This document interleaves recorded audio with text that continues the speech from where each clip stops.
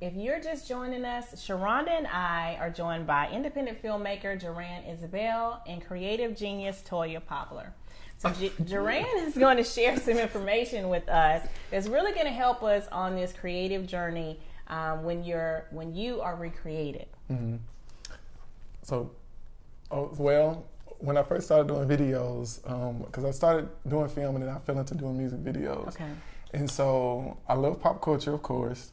So I watched the movie Dead Presidents. I don't know if you remember Dead Presidents. Yeah, remember that. 90s movies. Yeah. And so I said, it would be kind of cool if we recreate this. Okay. Because we was talking earlier about getting inspiration for different places.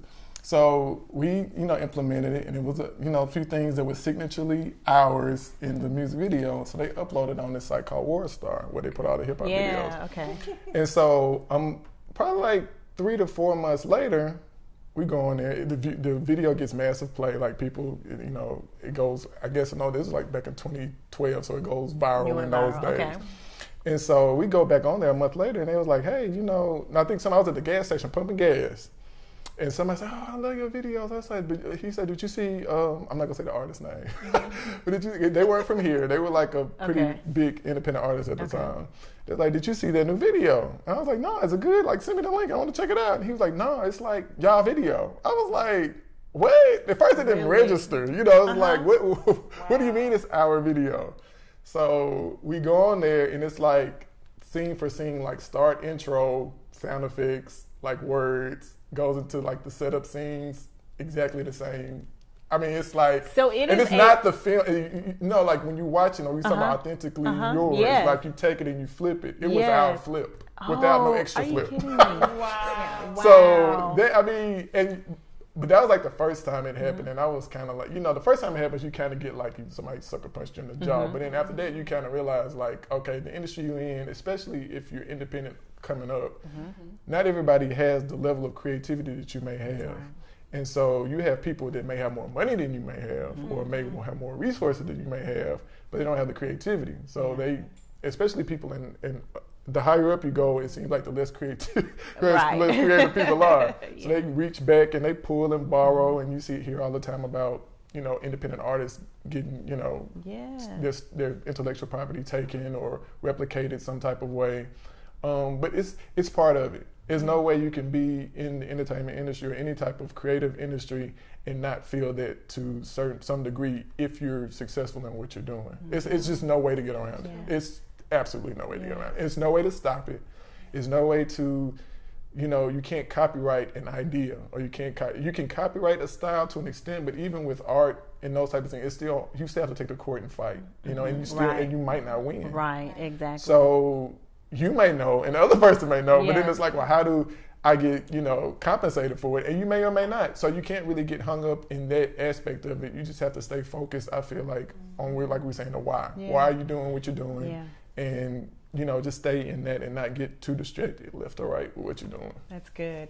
And before we get to a little deeper into Jurian's why with the filmmaking, Toya, when he was talking, it made me think about a contest that I saw, actually a BET thing I saw on Instagram, I think it was. And they wanted, people to present these ideas for maybe a show or something like that, And I know there are other, competitions out there like that. But once you present your idea, to them and you don't win, my thought always is, so what they do with that idea, And then, am I going to see my idea, pop up 10 years from now because I did this? And I know that you've had a similar, experience with that. So talk to us a little bit about that and that gamut of emotions that you go through when you realize something like that. Just woosah. Yeah. I think it's important for us as African Americans to look throughout history because appropriation has been taking place when it comes to our creative ideas for decades. And I think that you have to know your value, and you have to know that maybe this contest seems appealing when you're in starving artist mode. But in the big scheme of life, in the grand scheme of life, it's pennies what you're being offered.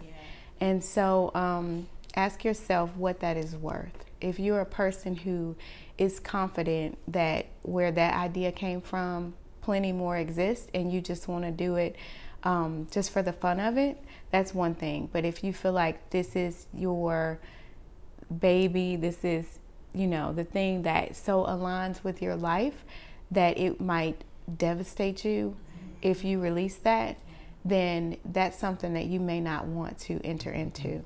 So I think it's just really important weighing those options and how much is on the line. I have some friends that were recently offered something that would seem so appealing to the person who's waiting for that break, but they were very mindful that if they forfeited the current season that they are in, that they could spend the rest of their lives trying to get back to the creative freedom that they currently have. So I think that creative freedom is important. And when I give creative support to creative entrepreneurs, I want them to really consider like this underground railroad to creative freedom, because that's ultimately what you want. And when you think about leaving a legacy or building wealth, that's the only way you can do it is by maintaining the rights to your intellectual property. I mean, if you really want to be honest, if you want to build something that's going to last and not going to be, they're not going to be put the flip on the flip, you know, then you have to really examine your heart and ask, is this something for me? Like, this might be something that it's okay for every other person, every other visionary to dive into, but for me, am I ready to sign this clause that's going to sign my rights away? Which kind of goes back to the why. You know, why are you doing this? Are you doing it just for you know, the money, or are you doing it because this is what it's yours? You know, you really want to, and you don't want anyone to take it. And then sometimes those things can cause you to give up some rights. It can go like on a different path, turn into something that you didn't design it to be. So talk to us a little bit about pulling, you know, the sister pool. Talk to us a little bit about that. Okay. Because I interact with lots of creatives, what I find is it's not uncommon for many people to have similar ideas at the same time. And as you assess what your, you know, how do you add value to certain situations, you are doing that by surveying people and finding out what are their needs. And as you do that, everybody's creating services to meet those needs. So in doing so, sometimes sisters sync. And I have a really innocent example of sister syncing. I went to the grocery store and I saw my baby sister. I call all my friends sisters, but I have one biological sister. I saw her in the grocery store. It was Super Bowl weekend, Super Bowl Sunday. So it was like desolate in the aisles, and I walked up to her and I tried to catch her off guard, but she saw me coming. And so we laughed and hugged. She's like, "What are you doing here?" We both live in 2 different cities, but we were in the same store at the same time. We were wearing the same bracelet. And I thought, sometimes sisters sync. And I feel like because I was wrestling with something in my heart where I was a little suspicious on if someone took my idea, God showed me in that moment, when you're so close to someone, you can sync up with them. And you do start to say the same things. I always say how you become what you behold. If you're putting the same things before your eyes, it's not uncommon for you to both have that kind of aha moment. So I've had this happen with my sister where we make the same meals on the same nights. We'll carry the same really unique handbag at the same time. So I think that if you have a sister circle and things like that happen, you have to just say, you know what, sisters sync. It's not a matter of competition. It's not a matter of imitation. It's just a matter of credit. Nobody needs credit. Yes. Right.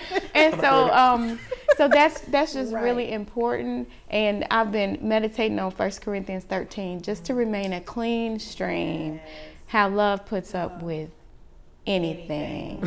Anything. And if you have not read that verse in the Message Bible version, I'm going to suggest that you do that. It will have you just sit down. Yes. Okay, Lord. So I tell you what, normally this would be the end of our show. Normally this would be the last session, but I am so glad that Jurian and Toya have decided to join me, Sharonda, and stay on for one more segment.